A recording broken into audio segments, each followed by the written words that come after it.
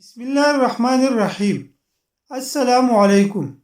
اگر آپ ہماری چینل پر نہیں ہیں تو چینل کو سبسکرائب کریں۔ شکریہ۔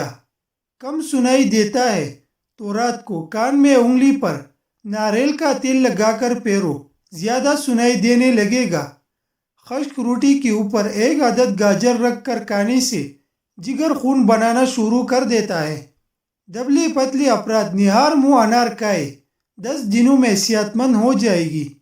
سبزی کاٹتی وقت چری سی انگلی کٹ جائے اور خون بہہ رہا ہو تو اپنے ہاتھ کو دل کی سطح سے اوپر کر لے، اس طرح خون بہنا بند ہو جائے گا۔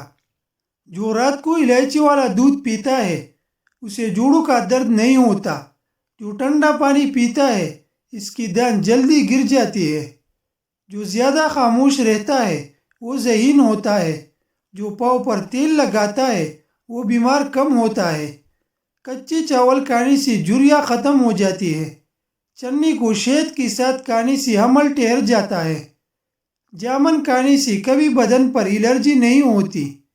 ایلوویرا کچا کھاؤ، طاقت میں کبھی کمی نہیں آئے گی۔ ہینڈ فری لگا کر موبائل چلانے سے انسان جلدی بوڑھا ہو جاتا ہے۔ انڈے کی سفیدی اور گلاب ملا کر بالوں میں لگانے سے بالوں میں چمک آ جاتی ہے۔ معدے کے عام مسائل، قبض، بدہضمی، گیس، کولیسٹرول، اس سب کے لیے ساگودانہ بہت مفید ہے۔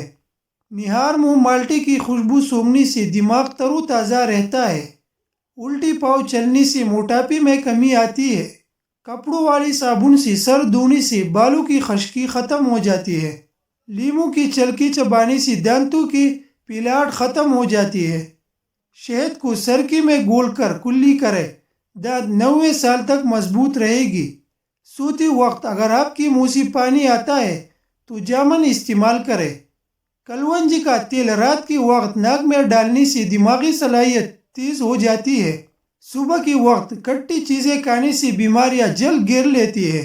مثانہ بالکل کمزور ہو، پیشاب کی قطرے آتی ہو تو اسبغول کا چھلکا دہی میں ڈال کر نہار منہ استعمال کرے۔ اونٹ کی چربی کھانے سے ہڈیاں مضبوط ہوتی ہے۔ اگر کسی بوڑھی شخص کے ہاتھ کانپتی ہو تو اسے بکری کی دودھ میں کھجور اور شہد ڈال کر دے، اس سے ہاتھ کانپنا بند ہو جائے گی۔ دماغی امراض، جسمانی اور اعصابی کمزوری میں روغن کلونجی کے 5 قطرے شہد میں ملا کر، شہد یا کسی شربت میں ملا کر کچھ عرصہ مستقل مزاجی سے پیے۔